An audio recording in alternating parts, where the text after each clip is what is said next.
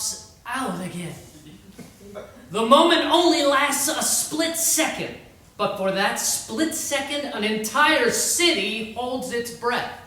An entire city realizes it's about to live another in a lifetime of countless disappointments. On Tuesday, October 21st, 1980, in South Philadelphia in Veterans Stadium, in the top of the ninth inning of Game 6 of the 1980 World Series between the Philadelphia Phillies and the Kansas City Royals, in which the Phillies are leading the game 4-1 and leading the series 3-2, but trying to fend off a one-out, bases-loaded Royals rally. The foul ball lands in Bob Boone's glove and pops out again. Over 65,000 people are there. 5 of those people are named Lopreet.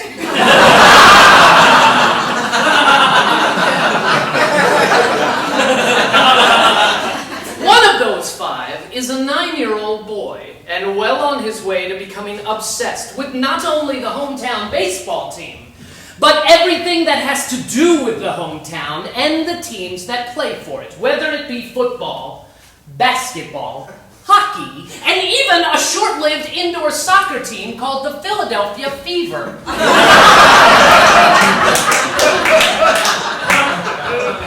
This obsession will on more than one occasion nearly kill him. The 9-year-old holds his breath along with the other 65,000 fans during that split second and thinks to himself, "Here we go again! I must prepare myself for yet another heartbreaking collapse. This is too much for me. I'm too young for this. I shouldn't have to put up with this much disappointment this early in my life. Curse my father for bringing us to this hell disguised as a city!" Because you see, being from Philadelphia means never having to say, "Hey, my team won a championship!"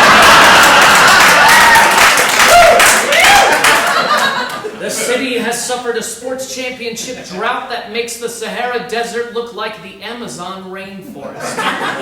22 years without a major sports championship and counting. Leading the charge in sucking are National League Baseball's Philadelphia Phillies. The sometimes fighting, mostly failing Phils have lost more games than any other professional sports team. Not just baseball. Any other in history. Over 10,000 losses. Now maybe it's some kind of psychological thing. I mean, Philadelphia has always suffered a major inferiority complex. Like city, like 9-year-old. All right, now. This is Philadelphia. Now, our big brother to the north is the largest city in America. Our little brother to the south, while much smaller than us, has the distinction of being the nation's capital. In the summer of 1976, my father moved my family to a suburb of a city with the largest case of middle child syndrome.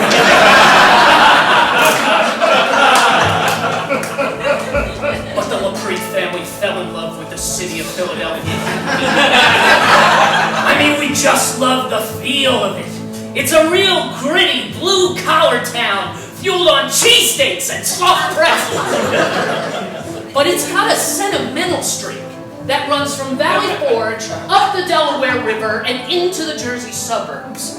I mean, it's insane. Philly passes itself off as this rough and tumble, hard-nosed town. And its anthem is Philadelphia Freedom, written by Elton John. The Queen of England himself. All right. You sound like a lively bunch, so I want to hear from my die-hard Laker fans. Any die-hard Laker fans? Yeah. Screw you! There's no such thing. Let me tell you why. There's no such thing as a die-hard Laker fan. Because the Lakers don't die hard. They live easy with their 14 NBA championships. Laker fans are not die-hard fans. Clipper fans. There's your diehard. Yeah! Exactly. And so are Philadelphia fans. Now, being a Philadelphia sports fan takes years off of your life. You are literally a die-hard fan. Your love of them becomes so intense, it hurts. Now, this is usually when my wife says to me, "Why do you root for them if you know they're going to lose? What's the point?"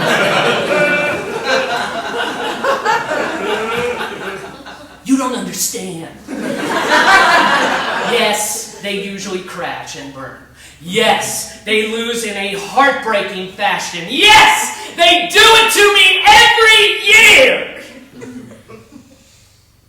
But I'm waiting for that 1 year. That 1 year when they win it all, and I can say, I was there the whole time. I earned this. I deserve this.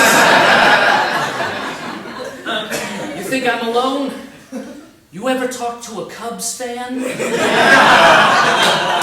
Right. Well, listen, okay, yeah, great. From Chicago.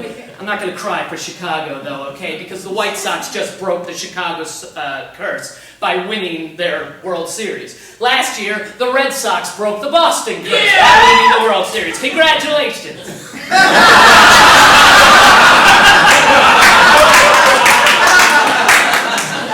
Because you see, Philadelphia doesn't have any fun curses to get the country. We're not lovable losers. We're just losers. Like city, like 9-year-olds. But in 1980, the Phillies win only their third National League pennant and found themselves going to the Fall Classic for the first time since 1950. They never won a World Series in their 97-year history, but they were going to get their chance against the Kansas City Royals. Now, by the time it gets back to Game 6 in Philadelphia, the Phillies are up 3-2 and can win the series with one more win or be forced to play Game 7. Now, my parents score tickets to Game 6, but they're going to take my grandparents.